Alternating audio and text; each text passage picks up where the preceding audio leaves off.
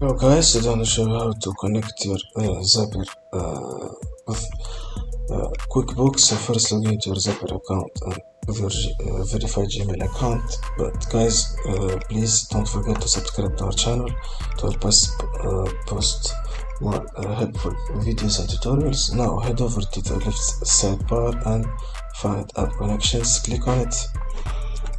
You'll be directed to this the App Connections dashboard. Click on Add Connection Pro button on top right corner, and for the app just type in QuickBooks Online. Here it is, and just click on Add Connection. This will ask you to connect your QuickBooks account here with your Zapier and allow access, and you should be good to go, guys.